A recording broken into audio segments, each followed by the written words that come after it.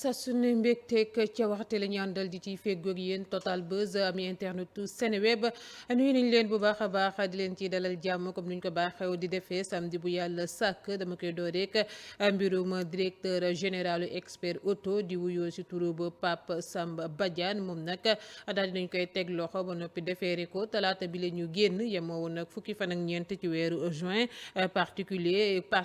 ak i ay responsable ya nga xamante ne nii ci ay entreprise la ñu nekk mu jaayoon leen auto te rek livré wu leen ko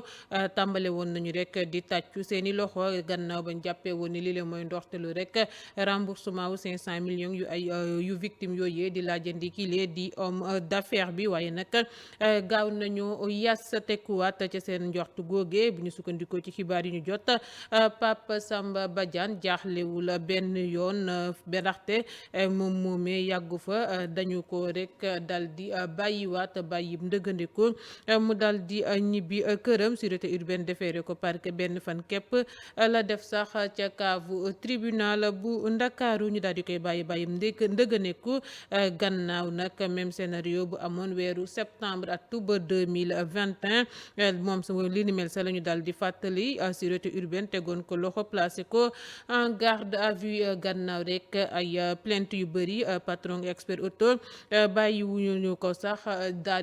jotuñu ko sax defeere ñu daal di koy bàyyiwaat mu ñibbi këram depuis boobu ba tey victime yaa ngay njort nag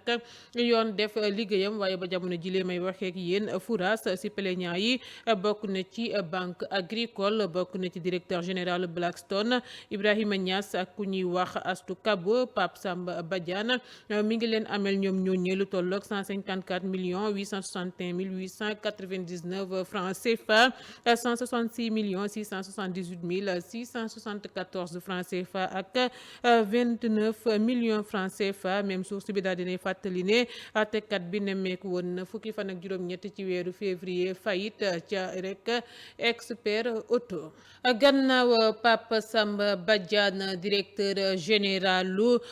entreprise Ndoukoumane ñu naan ko Omar Ndaw moom it daal dinañu koy teg loxo depuis talaata bi la ñu génn moom moomee nag di Omar Ndaw doyen des juges moo ko placé sous mandat de dépôt ngir mbirum abus de confiance ak détournement wu deniers publics si lu tolloog 148,348 millions ci gendarmerie nationale bu ñu sukkandikoo ci xibaar yi nga xamante ne jot nañ ko si bés yi ñu génn Omar Ndaw dafa signé woon ak gendarmerie nationale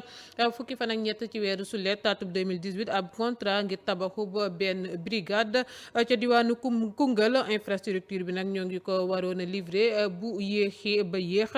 fukki fan ak juróom-ñett ci weeru février atub 2019 contre 188 millions 401 mille 800 francs CFA moom nag daal dinay jot benn pàcc ca somme boobee di rek 148,348 millions ya di violation ay terme boobule contrat entreprise Ndoukoumane mësula avancé boobule chantier naka noonu ne le haut commandant de la gendarmerie daal di déposé ab plainte jëmale ci Omar Ndaw moomee section de recherche daal di koy jëli moom moomee ñoo ngi ko defeere parquet juróom-ñaari fan ci weeru juin naka noonu ne la ne ay jafe-jafe yu mbas mi sabab moom moo waral rek yéexaayu boobule liggéey waaye li ni mel teewul doyen des juges daal di koy jël rek daal di koy placé sous mandat de dépôt gannaaw ba nga ko convaincre wul benn yoon ci kàddum yooyee mu fa xamle. ñu àddu jëmale ci leneen liggéey bi ci wàllum yoon mi ngi avancé bu baax a baax si lu ñeel kii la di àddee di xale bu góor ba yatam toll si juróom képp bu ñu fekk mu ñàkk bakkanam ca ba kër ga ñuy tabax te yembagul ca diwaanu Sébi Kotaan nga xamante ne ni dañu ko rey niki rek àllarba bile ñu dal di weesu élément yu enquête bi njëkk a wone moo di daal xale bi ca gannaaw la ñu ko dal di rende nemmeeku wuñu nag benn résistance ngannaayu ba nga xamante ne moom la ñu ko reyee di ab paaka waañ gendarmerie daal dinañu koy gis si noonu la ñu orienté ak teg enquête bi ci tantaay xale boobee gannaaw ba ko caméra de surveillance su benn magasin dal di wonewee mu jàpp doomam ci loxoom woo xale bi muy daw di topp ca seen ab gannaaw ñu placé ko nag en garde à vue soxna si daal dinay weddi mbir yi waaye nag ay éléments yu enquête bi wane na ni si talaata joojee ak la heure ba avancé woon lépp moom moomee nga xamante ne moom lañ jot ne moo faat xale bi di afal fexe ne rek ba fóota yére ba nga xamante ne ni moom la soloon bés boobee daal dinañu koy saisir sax ngir rek amal ci ay analyse daal dinañuy saisir tamit rek yéreem yooyee gannaaw loolee maa ngi jéggalu si même bés boobee daal dinañuy wax rek yaayu xale ba moom mu nga xamante ne moom lañ jot ne moo ko faat nee na wëri doomam ji ndaxte gis na ab waay bu bizarre ba ko rek jàpp ci loxo jot ko may ñaar fukki dërëm dossier ba nag mujjee nañu ko jëbbal ay éléments yu section de recherche bu gendarmerie bu Colobane ñu fas yéene see wëyandi liggéey bi. ay bés gannaaw lakk ga nga xamante ne ni moom moo amoon ca service néonatologie bu hôpital Mame Abdou Aziz Sy Dabakh bu Tivaouane te lu tollook fukki bébé ak benn daal di cay ñàkk seen bakkan beneen lakk daal dinay amati ca bërëb bu fajukaay googe ci guddi ba àllarba jàpp alxames bu ñu sukkandikoo ci RFM bi nga xamante ne ni moom moo biral boobule xibaar mbir yi mi ngi am ci ay booru 3 heures du matin bi la yoon nag ca service chirurgie ba la dal di amee waaye nag yàlla wis na ca ndox mu sedd ndaxte gaaw nañoo maîtriser safara sa ñoom ña fa aye woon garde ña tawat nag daal dinañu leen di évacuer bile lakk amati fa daal dinay wane ne ay jafe-jafe dëgg daal dinay am ca boobule kër docteur chef maintenancien bi nag di Fodé John daal dinañu koy rek inculpé ba placé ko sous mandat de dépôt mu fekki ca kaso ga sage femme ak rek aide infirmière bu ñu tegoon loxo ci mbirum rek fukki bébé ak benn yu fa ñàkk seen bakkan ci lakk ga fa njëkk a am. Serigne Assane Mbacké Xelkom ñoo ngi ko waroon a àtte alxames bi la ñu génn en flagrant délit waaye nag li ni mel dañu ko mujjee dakkat gannaaw loole waajur bu góoru kenn ca victime ya daal dinay xamle lu doy waar la nga xamante ne nii dana gën a dugal ki lee di Serigne Assane Mbacké ci la nga xamante ne ni moom la def di tëddee ay ndongo di ay xale yu góor ya nga xamante ne ni da leen dal di soppi daal objet sexuel waajur bu góoru kenn ca victime ya nag nee na proviseur lycée bu doomam di jàng moom moo ko xamal ni daal doomam joojee dafa bokk ci ab réseau wu góor jigéen da koo xam ndax téléphone doomam ji ñi nga xamante ne ñoo di ay camarade dama dañu ko yoroon naka noonee la ñu demee cybercriminalité bu mu daal di déposer ab plainte gannaaw loolu mu yokk si ne doomam bu góor bile dañu ko jëfandikoo comme daal objet sexuel daanaka ci vacances atum 2010 2021 yëpp ak rek yeneen i xale laata muy naan lu ñuy def doomam ji nag métti na ko lool ndaxte ki lee di Serigne Assane Mbacké warul woon a venger wu ci xale yooyee même bu dee dafa dund li ni mel ba mu nekkee tout tànk amu ca benn droit anako noonu la ne sax du ko mës a baal lile mu def te tax lile am dafa traumatiser doomam ji ba tax na mu ngay sàkku yoon def ca liggéeyam na mu waree. ba tey ci mbirum Serigne Assane Mbacké moomee nga xamante ne ni ku ko dégg rek sab loxo jëm sab gémmiñ li ni mel nag daal dinay feeñal leneen la nga xamante ne ni mi ngi daal di xew ci rek daara yi nga xamante ne nii ñu ngi ci suñu réew mi di Sénégal ci ab émission bi nga xamante ne ni ñu ngi ko doon dawal ca Solution TV la benn waay bu ñuy wax Baye Assane Mesere dal di fay xamle lu rëy lool dine rek ab sëriñu daara di jàngalekatu alxuraan di xaritam xamal na ko ne moom moomee dafay tëddee ndongoom ya ngir nag justifier yooyu lay jëf nee na rab moo leen di pousser ñuy daal jëfandikoo xale yu góor yooyee nekkul seen ba tayeef rab daal moo leen di pousser ñu def leen comme ay objet sexuel sëriñu daara yooyee dañoo feebar defuñu ko exprès ndax sama xarit bi sax waxoon na ma ne naa am ku ma ko booleel ngir mu faju rax si dolli saa su tëddeeg benn xaalis ba noppi dafay jooy sax jooy yu métti lool di luy firndeel ne du seen tayeef mu daal di koy xamle vidéo boobee sax wax na réseaux sociaux yi doon lu choqué ñu bëri lool dem sax ba ñenn ñi naan ki nga xamante ne moom moo xam ne leen ni mel dañu ko waroon woolu ci kanamu yoon te tamit ñu dal di fësal kam wax ne moom moo xam le ni dafay tëddee ay ndongoom. ba tey ngeen di teewlu Total Buzz ñi daal di xuus ci langue politique gi ci seen janook taskatu xabaar bi nga xamante ne ñu ngi ko doon amal niki àllarba meeru Ziguinchor di Ousmane Sonko daal di ne daal 7 sages conseil constitutionnel yi daal di ne depuis benn ay bés wa illaa sax lu toll ak fukki fan ñooñee ànd ak pouvoir bi réussir nañu rek di déplacer débat bile di benn bokk yaakaar warul woon participer ci élection législative législative yi lee ndaxte rek li mu parrain ya ñu leen jox dafa ëpp la ñu leen doon laaj ba loolu weesoo Sonko daal di ci yokk ne ridicule moom du reye ci bile réew constitution bu ñu am dafa ruslu ngir magistrature bi te mi ngi interpeller union des magistrats du Sénégal ba tax na daal kon dañoo war a indiwaat débat bile di Benno Bokk Yaakaar warula participer ci élection yi décision conseil constitutionnel bi nag anticonstitutionnel la mu xamle ko 7 sages yi ay criminel lañu ba tey moom Ousmane Sonko mooy wax tey naan nag lii yëfu fumiste la dañoo war a arrêté bu dee nag nit yi ñemewuñu wax Macky Sall mu arrêté lu mu nekk di def ndax mi ngi sooxel kaaraange réew mi ñëpp xam nañu ne ñoom ñooñee ñooy ay victime Macky Sall ba tey mu xamle ko moom jiital Pastef boobee di Ousmane Sonko. ba tey ci kàddu ya nga xamante ne njiital Pastef bile di Ousmane Sonko daal dina koy yëkki daal di koy xamle waaye bile yoon si lu ñu teg loxo seen naataango bile di rek Bara Dolly Mbacké la mu sa xamle moo di li ni mel laalewul lenn rek ak wàllum loi si wàllum politique daal nee na la ñu ko wéer Cheikh Bara Dolly mu ñu tee ci wàllum politique képp la ñu ko daal di wéer néew ne la ko xamle moom mooy bopp liste alliance wàllu Yewwi ca diwaanu Mbacké ay semaine des ci élection législative yi Macky Sall dafa xam ne rek dafay ñàkkati foofee ca diwaanu Mbacké tax mu yaakaar ni bu jàppee Cheikh Abdou Bara Dolly Mbacké dina rek mën a dal di wàññi seen doole may boppam rek chance jël juróomi député yu boobule département gannaaw loolee Sonko yokk ci ay kàddoom ne bu ñu bëggee daal dëgg moo di daal procureur bi lee moom mu gën a yées Serigne Bassirou Gueye mu wuttu rax si dolli ubbi na sax am instruction ngir mu mën a tee juróom benn weer ci kaso gi kile di Bara Dolly bu néewee ba néew. ay leader Yewwi Askan Wi daal dinañuy dal di xamle ni état bu Sénégal ñu ngay waajal rek ab schéma wu complot te nag procureur de la République daal dinay poser benn acte ni ki àllarba ndax daal dinay xamle ne daal ne dañoo dal di teg loxo benn rebelle bu tudd Ousmane ñëwoon Ndakaaru ak ay conteneur bombam ngir exploser le Sénégal gi yëpp daal di koy jaarale file ci Ndakaaru gannaaw loolee Sonko yokk ci ay kàddoom ne benn nit képp buy waajal ab coup d'état présidentiel atub 2024 file ci Sénégal jot a perpétré ay coup d'état électoraux Macky Sall la tudd maanaam njiitu réew mi la ba tax na dañu ko war a freiner Yewwi Askan Wi dina déposer plainte jëmale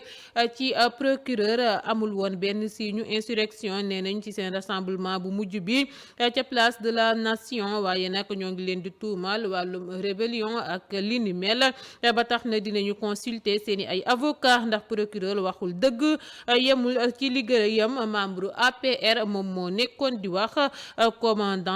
commande état gi la dañoo bëgg daal teg loxo leader yëpp ba noppi daal di décréter état d'urgence ak couvre-feu Macky daa bëgg a instaurer ab régime militaire ba tey ñu xamle ko ñoom ay leader coalition nga ku jéggu mag gi lee di Yewwi Askan Wi. Cheikh Abdou Bara Dolly waru la nekk ci kaso gi Amath Suzanne Camara nekk ci biti di doxi ay soxlaam du samay kaddu ñafaree ca ku jégga di ay naataangoom ci Yewwi Askan Wi ñoom ñoo dal di xamle li ni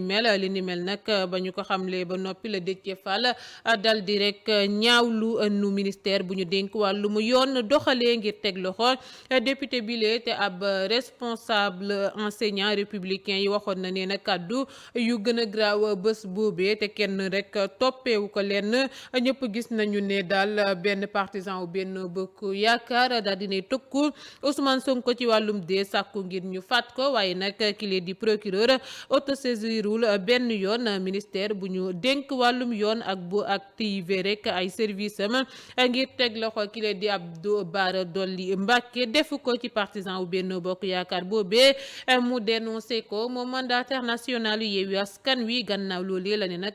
dañoo dal di violer immunité parlementaire député bi lee di Cheikh Abdou Mbacké Bara Dolly ndaxte nee na ab député la ñu teg loxo te ñëpp xam nañu la nga xamante ne nii moom la ca loi ba wax du fa flagrant délit ndax ñoo ngi waxum information judiciaire ba tax na procédure bile dafa yittewoo woon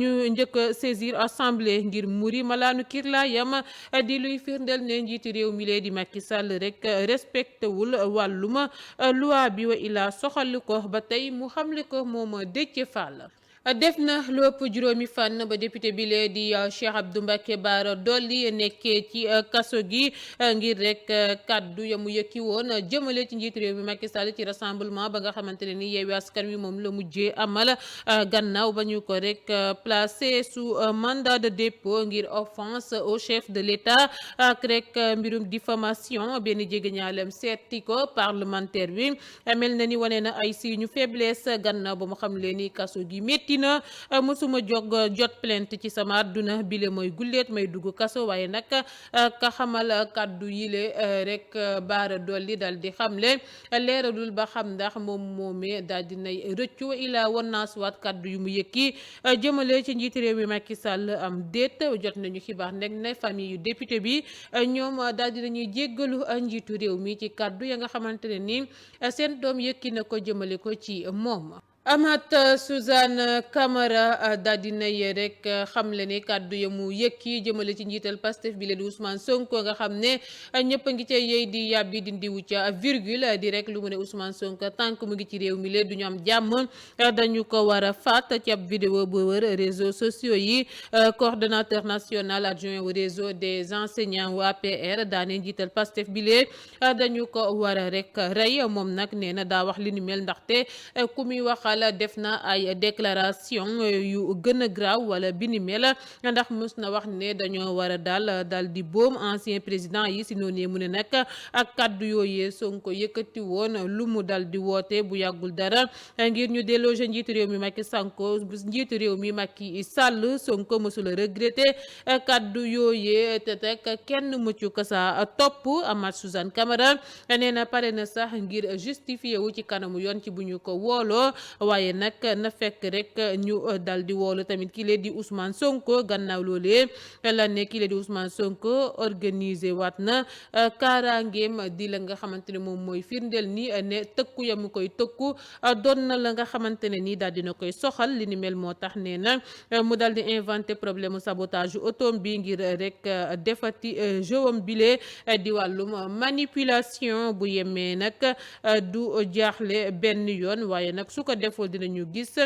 si yoonam mu xamal ko moom Amath Suzanne Camara di dànkaafu bu mu jëmalee ci njiital Pastef bi gannaaw kàddoom yooyee mu daal di yëkkati xamle ne dindi wu ca virgule moom Amath Suzanne Camara xibaar bu nakkari daal dinay tàbbi ci moom ay enseignant patriote nag ñoom ñoo dem ca procureur dal di rek fas yéene porter plainte kile di Amath Suzanne Camara ngir lu mu woote ngir ñu dal di fàtt njiital Pastef bi leen di Ousmane Sonko bu ñu sukkandikoo ci jàngalekat yooyee kaddu ya nga xamante ni Amath Suzanne daal di da koy yëkkati ay kaddu yu garaaw la ba tax na daal dañoo bëgg yoon topp ko ngir ay infraction wu menace de mort apologie wu crime ak rek li nga xamante ne ni moo di provocation au meurtre ci fàttali ba ñu tegee loxo député bi lee di Bara Dolly Mbacké ñu bëree ngay rek ñaxtu lu tax tegguñu loxo tamit ki nga xamante ne ni moo di Amath Suzanne Camara ci kàddu ya mu yëkki Maddu jëmale ci doxub ñaxtu ba nga xamante ne ni waa coalition ku jégilee di Yewwi Askan Wi ñoo ngi ko doon amal ni ci démb ci juma ji gannaaw ba ñu leen ko nag gàntalale ñoom ñooñee nag dañoo fipp ne dañu koy amal ci nii wala ci naa li ni mel tax rek ba démb ci juma ji ci fajar takk der ya xëy jël seeni ay matukaay ba mu mot sëkk daal di rek fees dell ca kërub Sonko ak la ko wër daal di bare fépp ngir rek Ousmane Sonko bañ mën a génn rek ci mbedd bi ba sax Sonko dafa obligé génn ngir gunge soxnaam si mu dem rek defi ay préoccupation am gannaaw ba ñu ko si rek joxe autorisation ñoom police ya ci ab déclaration bu gàtt maire Ziguinchor ba jot la xam le ni acte boobee sax mot naa amal ab manifestation ba noppi dal njiitu réew mi Macky Sall laata muy digg ni dina def ay rek révélation ci bés yuy ñëw ay leader coalition Yewwi Askan Wi nag dañoo fas yéene teggi way laa teggi nañu sax waxu ba préfet googee dal di amal seen manifestation ni ki démb ci àjjuma ji fukki fan ak juróom-ñaar ci weeru juin. Benn acte bu fa Sonko def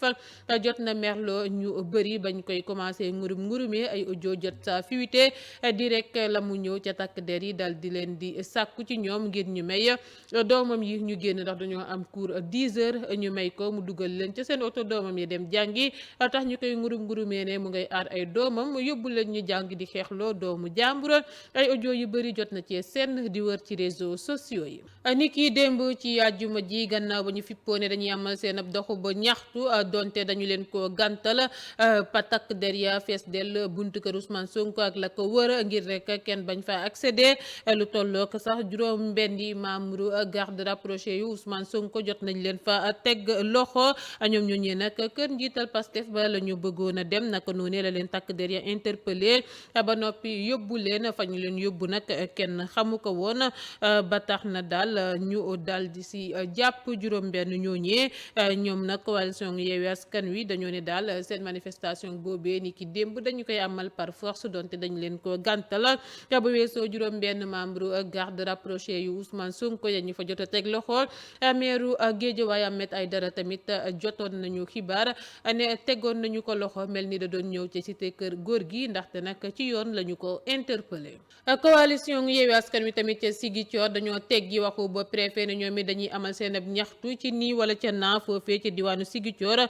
gannaaw bu weesoo file ci Ndakaaru naka noonu nag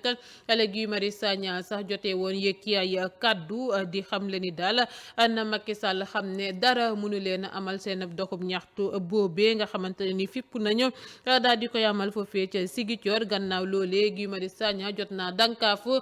njiitu réew mi Macky Sall ne daal bu benn bakkan rotee rek si ñaxtu yi la ñuy amal kile di Macky Sall waru la fanaan ci réew mi le di Sénégal te moom moomee njiitu réew mi su amee courage bëgg a détourner li nga xamante ne moo di suñu élection yi ak rek courage yu détourner ay ressources ñun ñuy défendre Afrique ak Sénégal war nañoo jànnook Macky Sall ak courage bu ko raw mu dànkaaku fa moom Guy Marius Sagna. Mamadou Lamine Diallo di leaderu mouvement Tekki moom moo xamle bile xibaar ca Vox Populi ni ki démb ci àjjuma ji fukki fan ak juróom-ñaar ci weeru juin bu ñu sukkandikoo ci député bi docteur Habibou Diagne bu Alliance des Verts ministre Aliou Ndoye daal dina koy jëlee rek ca postam di conseiller technique lu ko waral du leen du lu mu dem teewee ab point de presse bi nga xamante ni Yewwi Askan Wi ñoo ko doon amal wàllu nag ak wàllu Sénégal ni ki àjjuma bi la ñu weesu yemoo woon ak ñetti fan ci weeru juin atum 2022 ca siège PRP gannaaw loolee la yokk ci ay kàddoom ne régime Benno Bokk Yaakaar gannaaw ba ñu dàkkee ki nga xamante ne ni moo di docteur Habibou Diagne dañoo bëgg a imposer fonctionnaire yëpp ay carte APR Lamine Diallo daal tax mu ne nag na régime bi xam ne administration boobee APR moomu ko Benno Bokk Yaakaar it moomu ko. rumeur bi wax na réseaux sociaux yi ci bésub manifestation bu nga xamante ne Yewwi Askan Wi ñu ngi ko doon amal juróom-ñetti fan ci weeru juin atum 2022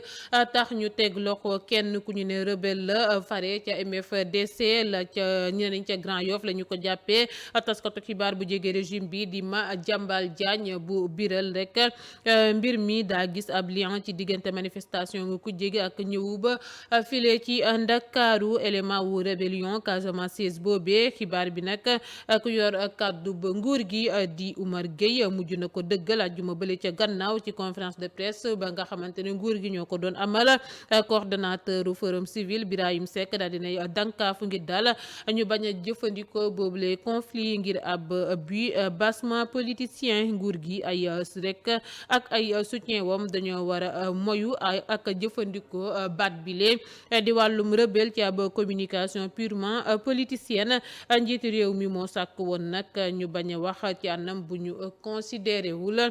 conflit bu am ca Casamance nañu dakkal di fowee safara ak intérêt réew mi conflit bu am Casamance terrain de jeu la ngir ay préoccupation bassement politicienne mu xaatim ko moom Birahim ci ab post bu mu biral ci réseaux sociaux yi. rebelle bu jiitu ci suñu réew mi la di Sénégal du kenn ku dul njiitu réew mi Macky Sall du samay kàddu Guy Marius Sagna moo ko dal di xamle. activiste bi nag li ni mel mu ngi ko tontu rek kàddu ba nguur gi di ki nga xamante ne moo yor kàddu nguur gi di Oumar Gueye mu xamle ni ay rebelle yu jógee ko ca rek gànnaaru réew mi dañu leen dal di teg loxo ci manifestation bu Yewwi Askan Wi mujjee amal ak rek ban maanaam rek ay jumtukaay ya nga xamante ne ni ñoo ngi ko yoroon di rek la nga xamante ne ni Yewwi Askan Wi dañu ko weddi ba tëdd ci suuf. rébellion néocoloniale bu njiitu réew mi Macky Sall di amal dafa yàgg dañu ko war a dakkal mu xamle ko ba tey moom Guy Marius Sagna ci ab communiqué naka noonu la yokkee ci ay kàddoom ne njiitu réew mi xamul autorité légitime mu sénégalais yi bu France la xam FMI Banque mondiale ak Union européenne Macky Sall sénégalais yee ko fal waaye nag France la jox bopp wa ilaa ñoom la jox lépp di chef rebelle yu si Sénégal. ci communiqué bi Guy Marius Sagna daal dinay xamle ni yeneen i Sénégal yi ak moom moomee dinañu xeex ngir politique buy jëriñ Sénégal ak Afrique ay politique yuy libéré Sénégal. lu ñeel wàllum people dama koy door rek xibaar bu nakkari bu tàbbi ni ki dibeer bi la ñu génn di génnub àdduna ba kile di Ajaratu Daba Boye di ab seetkat bu fekk baax file ci diwaanu Sénégal bu ñu sukkandikoo ci ay xibaar moom moomee dafa amee woon diabète te xamu ko naka noonee tension moo ko daanee gannaaw ba mu jógee ko Gabon ba mu demoon tukki naka noonee nag la ko diabète ba yëngalaalee tax rek mu mujjee ñàkk bakkanam ci hôpital bu Thiaroye gannaaw ba ñu ko jotee yóbbu si yeneen ñaari kër docteur ñu daal di koy bàyyiwaat mu ñibbi. xibaar bi nag doon lu bett ñëpp gannaaw bu mu doonee lu gaaw loola équipe Seneweb bi yëpp bokk ak bile nakar ay mbokkam ak borom këram tax rek ñu leen koy jaal bu baax a baax tey ñaanal Ajaratu Daba Boye mu xippee ci aljanna ya Firdawsi. ba tey ci mbir mi ni mbel kile di Ndella Madior Diouf daal dinay xamle lu rëy loola ci génnub àdduna ba ki nga xamante ne ni moo di Ajaratu Daba Boye la mu xamle moo di ñoom ay médecin lañu ba tax na daal nit bu génnee àdduna dañ leen war a wax rek lan moo tax nit kookee dem naka noonu la ne nag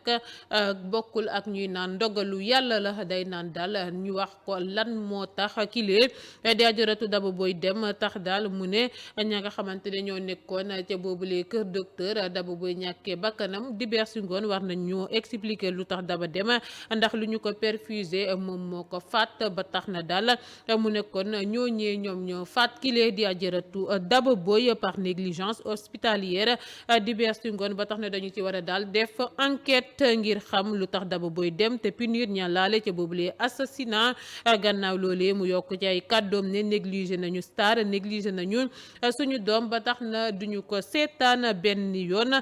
moom moomee dana dem rek fa mbaxane doone benn topp mbir ma ba ñu dal di situer responsabilité yi dal di daan ña nga xamante ne ñoo def li ni mel waaye itam jox ndàmpaay famille yu Daba Boye Ndella nee na sax laaju ca kenn autorisation ndax moom waajuru Daba Boye la rawatina borom kër Daba Boye nee na laaju ko ca benn autorisation ndax Daba Boye ba muy dem moom képp a dem dafa wéet ba dem jëkkëram newu fa woon mi nga woon ci yeneen mu xamle ko moom Ndella Madior Diouf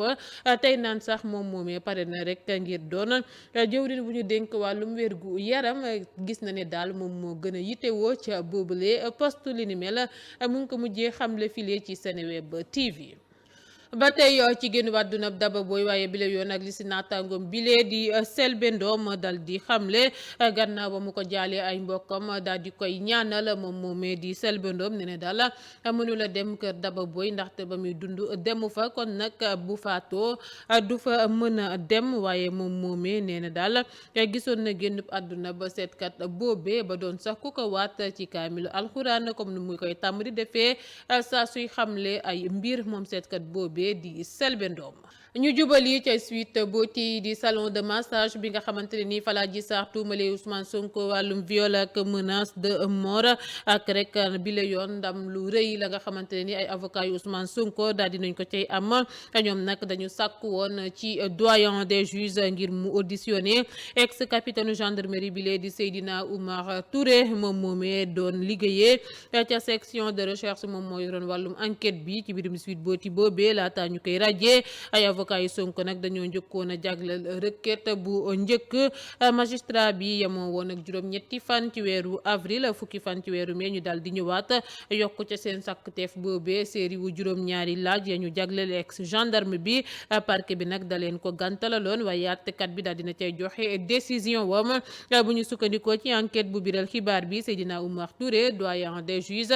dina ko dal di teewlu comme na ko ay avocat yu Sonko sàkko gannaaw ba ñu bëggee xam ba xam ndax ex gendarme boobee dafa subir ay pression ci lu ñeel traitement wu mbirum Sweet Beauté bi ak rek tamit ci ban anam la Adji Sarr nekkee woon ba ñu ko njëkkee woolu foofee ca section de recherche bu gendarmerie bu Colobane muy jooy yu métti Adji Sarr ab vidéo la def yëkki ci ay kàddu kam ko jagleel nag bi la yoon du kenn ku dula Anna Diamanka di soxna bu Ousmane Sonko ca jooyam yooyee lay naan Anna Diamanka na ko dimbale génn wax ndax moom Adji Sarr sonn na mënula taxaw si fenêtre mënula génn ci néeg lay tëju guddeeg bëccëg suba ak ngoon ba tax na xam na la muy wax bu baax ci borom këram gi kon nag na Anna Diamanka dal di génn xamal sénégalais yi ne moom Adji Sarr lu muy wax dëgg la ndax moom mais xam na bu baax rek ki nga xamante ne ni moom moo di borom këram di Ousmane Sonko ba loolu weesoo mu sàkku si ay mu yokk ci ay kàddoom ne dama sonn justice su Sénégal bu fekkee ne rek duma sénégalaise ngeen wax ma dem xooli feneen bu fekkee ne mën naa am justice feneen ngeen wax ma dem xooli ko fa ndaxte xaar bi yàgg na dama sonn atub yàlla maa ngi togg di xaarandi te dara rek du tax ma bàyyi rek wa ila ma teggi samay tànk fa nga xamante ne fa laa ko teg ndaxte yoon dana ca def liggéeyam par force te moom moomee Adji Sarr dina am justice par force laata muy naan Ousmane Sonko bordel lu tax dooma wuyu si yooyu les kàddu yooyu la yëkki ca vidéo boobee mu def di si addu jëmale ci Anna Diamanka Mathieu Fall di xaritu ba Pape Thione Ballago Seck daal di ne génn àdduna talaata bi la ñu weesu yema woon ak fukki fan ak ñeent ci weeru juin atub 2022 gannaaw ba ko feebar tërale woon ci diir bu yàgg loola Mathieu mi nga xamante ne ni xaritam bi lee di dem si yàlla Thione Ballago Seck moo ko siiwal ci wëy wu rëy ba mu ko fi wëy nga xamante ne ni wër na àdduna wërngal këpp moom moo dal di wuyu ji boromam moom nag daal dinay mujjee noppalu gannaaw feebar bu ko tëraloon